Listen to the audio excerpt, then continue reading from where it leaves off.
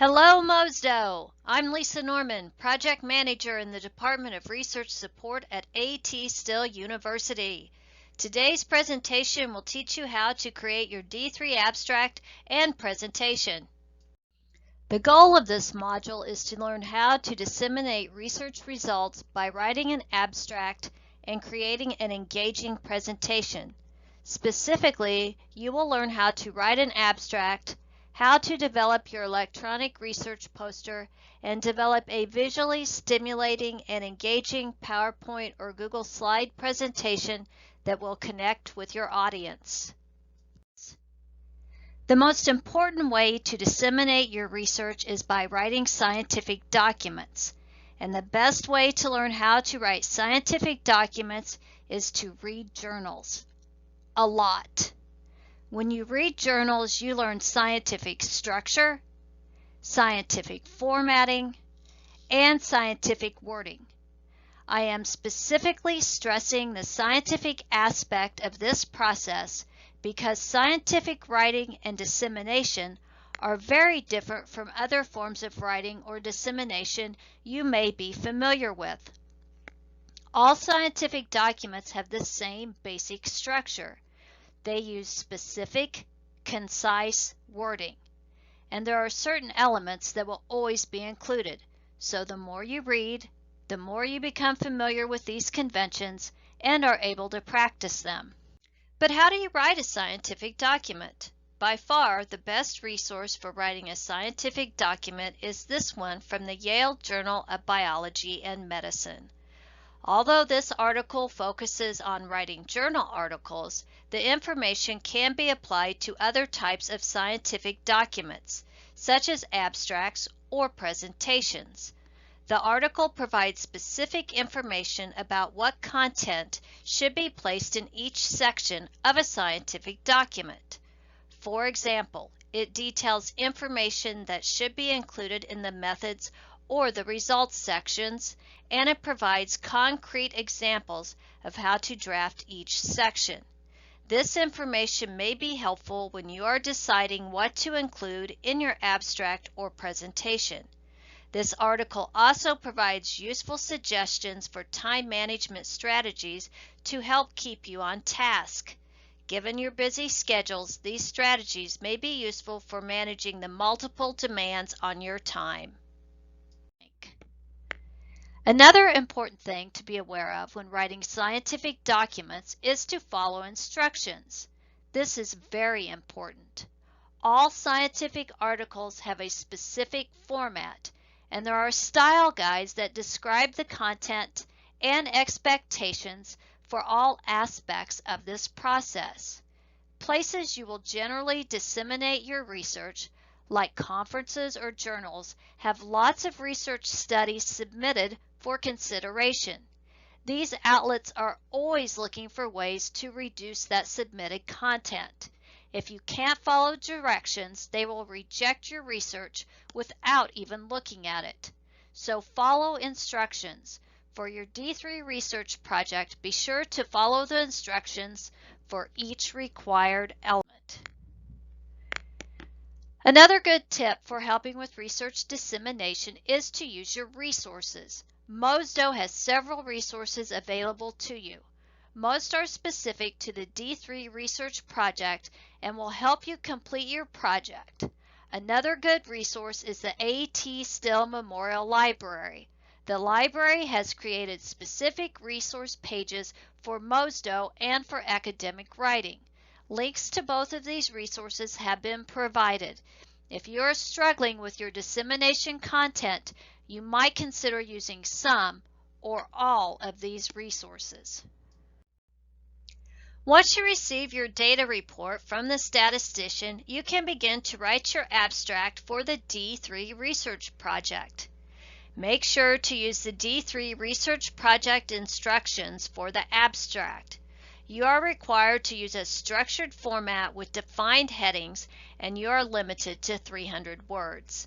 The aim should state your study purpose. Think your PICO question here, but don't word the aim as a question.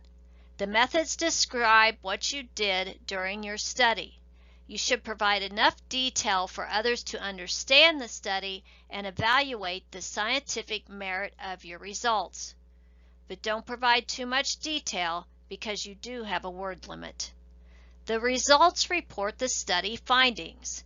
Use words to report those results and numbers to support them. The results section is the star of your abstract, and most of your words should be used here. The conclusion summarizes your main findings and explains what they mean. Finally, clinical application explains why your results are relevant clinically or suggests how they can be used in a clinical setting. As you write each section, remember to be concise and use active voice. If you're struggling to write the abstract, use your resources for suggestions. The next task will be creating your e-poster. This will be done through the Cubify Learning Toolbox app. The app will allow you to showcase your research in many different ways, including YouTube videos, surveys, PowerPoint presentations, as well as website links and social media platforms.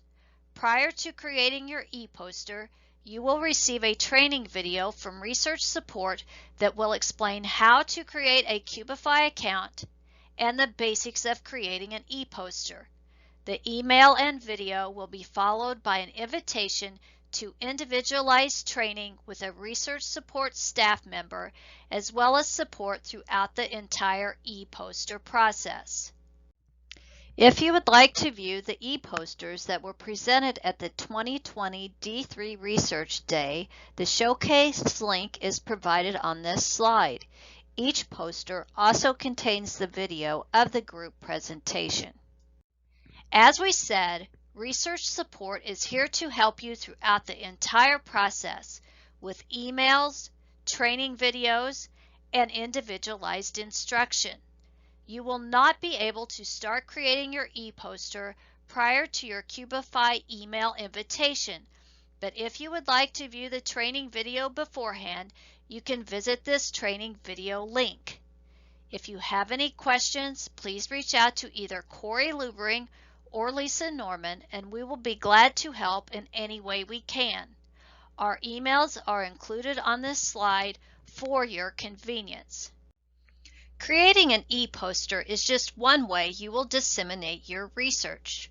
You are also required to prepare a slide and oral presentation that will showcase your research findings. The presentation can be developed in PowerPoint or Google Slides. Will consist of 12 slides total, and the required content will be driven by whether you are creating a presentation for an R&D project including future directions or a research project with a methods and conclusions section. Make sure you use the format that has been designated for your individual presentation. You will have a total of 10 minutes for your oral presentation and 5 minutes to follow up with questions and answers. As stated before, always follow directions. For full content details of the slides and live presentation, please refer to the slide presentation guidelines in Canvas. To help you with this process, we have a few suggestions to keep the audience interested in your presentation. Use more images, larger fonts, and less text. It's hard to miss the message when your audience is focused on you and not trying to figure out what is on your slide. Communicate and don't just read through your slides. If the audience can manage the material without you, what is the point of the presentation? Don't lull your audience to sleep. Sell them. Engage them with your voice and your confidence. Video yourself and review. There is no better critic than yourself, and you alone can change your presentation. Never underestimate the need for practice. And practice. And practice. Going live is your first chance to leave out an important detail that you don't want the audience to miss. The more you practice, the less chance that this will happen.